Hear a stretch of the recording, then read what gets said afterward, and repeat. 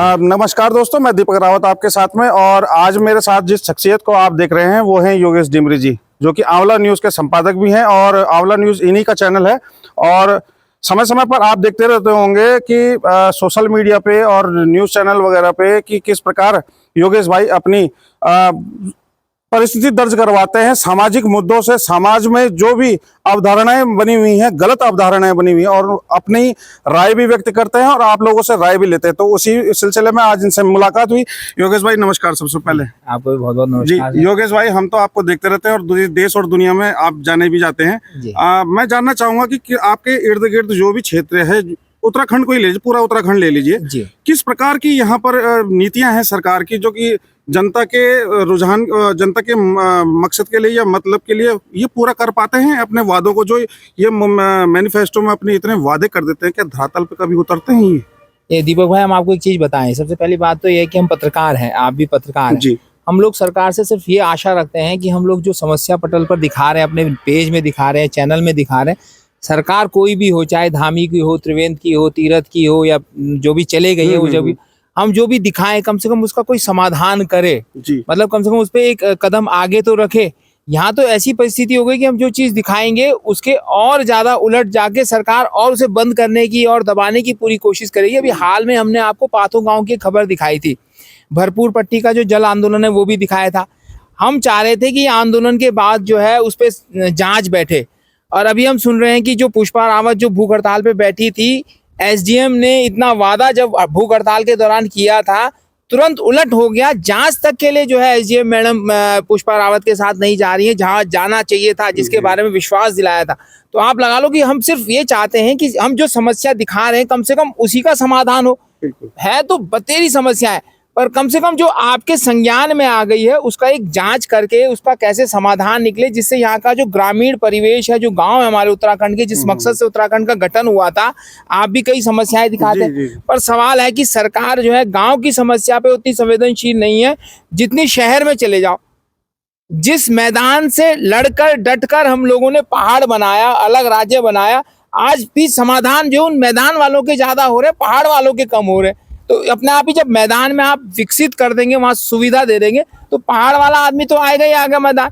पाथो गांव में जो है जंगल काट काट के जो है आश्रम वालों ने, होटल वालों ने जंगल तबाह कर दिए, होटल बना दिए, उनके लिए पूरी सुविधा है।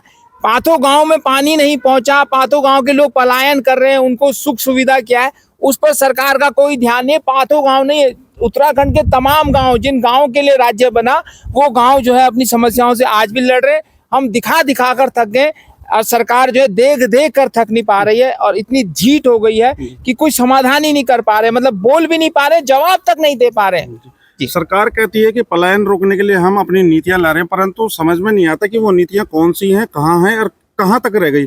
सरकार कहती है कि विकास कर रहे हैं भाई, लेकिन लगता है विकास दिल्ली से आगे बढ़ नहीं पा रहा है, क्योंकि उसके रेलवे की जो पटरियां हैं शायद वो बिछी नहीं है अभी तक। मैं जानना आपसे ये चाहता हूँ कि जो ये वादे और ये जो विकास की बातें हो रही हैं, जो ये उत्तराखंड से पलायन हो रहा है, पहाड़, आप रोड तो भेज रहे हैं जी एनएच के स्वरूप में, या 120 मीटर चौड़ी कर दे रहे हैं रोड को, लेकिन उसी रोड, वो जो रोड बन रही है उस रोड से गढ़वाल का व्यक्ति मैदान में आ जा रहा है, और मैदान के लाखों सैलानी आपके पहाड़ में जा रहे हैं। तो ये पलायन रुक रहा है, पलायन हट रहा है, ये क्या चल रहा है? असल में दीपक भाई, हम लोग जो रोड बना रहे हैं ना, वो मकसद हमें उस गांव तक सड़क पहुंचाना और गांव में सुविधा विकसित करना नहीं है। हमारा ध्यान है कि उस रोड से हमें कितना कमीशन मिलेगा, ये सबसे बड़े सवाल है। हमारे यहाँ कोई भी निर्माण कार्य हो रहा है, वो निर्माण कार्य उस गांव की सुविधा के लिए कम हो रहे हैं। उस निर्माण कार्य से उस प्रधान की जेब में, जिला पंचायत, क्षेत्र पंचायत, विधायक, मंत्री, इनकी जेब में कितना कमीशन आ जाए, ये सोचकर, और फिर उस निर्माण कार्य से कुछ समय के लिए हम कैसे गांव वालों को बरगला के रखें, उन्हें जो है मूर्ख बना के रखें, और बाद में उनसे वोट लेके दोबारा विधायक बन जाए, प्रधान बन जाए, प्रतिनिधि बन जाए। सिर्फ इस मकसद से विकास हो रहा है। जब तक विकास हम ये सोच के नहीं करेंगे कि यहाँ पर जो है पलायन रुक जाए, ये गांव वाले कैसे सुख सुविधा से भरपूर हो जाए, इनको और क्या क्या जरूरत है उसको मद्देनजर रखते हुए हम लोग विकास की जो है क्रमबद्ध जो है श्रृंखला वहां तैयार करें, तब तक जो है उस गाँव से ना पलायन हटेगा। और जब तक हमारी सोच उस कमीशन पर टिकी रहेगी, तब तक हम जो विकास कर रहे हैं वो सब बेमानी है। हमें लोगों को मूर्ख बनाने की एक योजना जो है सरकार की चल रही है। चलिए, ये तो हो गया जनता का परिप्रेक्ष्य। जी जी जी। एक परिप्रेक्ष्य मेरा आज का भी है। जैसे मैं कोटद्वार से यहाँ आया सिंगटाली, तो वाया ऋषिकेश होते हुए आया। तो ऋषिकेश एक चार धाम यात्रा का मेन रूट भी है, जी। क्योंकि वो कोटद्वार की तरफ से इसलिए नहीं कर रहे हैं कि वो कह रहे हैं कि उधर बैंड ज्यादा है रोड पे। चलो ठीक है, मान लिया। ऋषिकेश से चार धाम यात्रा शुरू हो रही है और इस यहीं से ही चलती है, जहाँ सबसे ज्यादा सैलानी यहाँ से आता है। मैं देख रहा हूँ कि यात्रा रूट पर शराब के ठेके अनियंत्रित रूप से खुले हुए हैं। क्या कारण है? वो असल में दीपक भाई हम आपको बताएं, यहाँ सरकार का सिर्फ एक ही मकसद हो रखा कि हम कैसे किसी की जेब पे डाका डाल के ज्यादा से ज्यादा राजस्व इकट्ठा करें। ठेकों से ज्यादा तो जो अवैध इनकी दुकानें चल रही है वो सबसे ज्यादा है, उस पर हमारी नजर नहीं जा रही। सरकार का जो इंटेंशन है वो चार धाम यात्रा नहीं है। सरकार का इंटेंशन है कि जो हमारे यहाँ आ रहा है वो ज्यादा से ज्यादा कैसे यहाँ पर पैसे खर्च करे, किन तरीकों से खर्च करे, वही नहीं। और उसको भी सरकार संभाल नहीं पा रही है।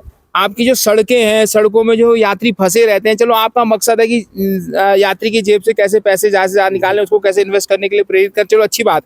पर आप उस यात्री को एक सुविधा तो दीजिए। चार धाम का द्वार ऋषिकेश है, ऋषिकेश से आपको तपोवन आने में ही जो है 3-4 घंटे 2-3 घंटे लग जाते। तपोवन से आप जो है आप शिवपुरी चले जाओ या नीरगड्डू चले जाओ, यहाँ भी आपका पर्यटक स्थल है, वहां जाने में आपको 2-2 3-3 घंटे लग जाते। तो आप ना सुविधा दे पा रहे, सोच तो रहे कि मैं इन्वेस्टमेंट उनसे ले लूं, लेकिन इन्वेस्टमेंट लेने के लिए सुविधा प्रदत्त भी आपको करना पड़ेगा। कम से कम सड़क को चौड़ा कर दीजिए।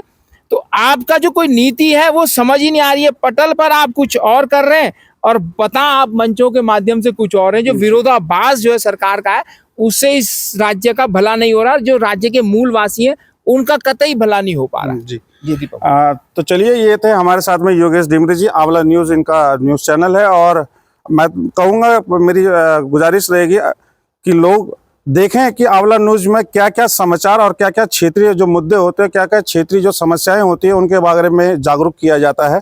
और आप पर एक हमला भी हुआ था जब आप शराब की एक रिपोर्टिंग कर रहे थे, उनके खिलाफ आपने आवाज उठाई थी और काफी चोटिल भी हुए थे, कई महीनों तक बेड रेस्ट पे थे। भाई साहब आप बहुत ठीक ठाक लग रहे हैं जी। ठीक है, तो चलिए, होता यही है कि जो समाज को जागरूक करने के लिए निष्काम निष्भाव से लगा रहता है। एक्चुअल में है क्या कि हमारे गढ़वाल में टांग खींचने की आदत है। एक अगर कोई एक सीढ़ी चढ़ता है तो उसको 2 कदम पीछे खींचने के लिए हर बंदा तैयार रहता है। लेकिन हमें उससे डरना नहीं है, झुकना नहीं है और किसी के आगे हाथ नहीं फैलाने, अपना काम करते रहे। एक ना एक दिन हम अपने मकसद में जरूर कामयाब होंगे। जी ठीक है, थैंक यू दीपक भाई।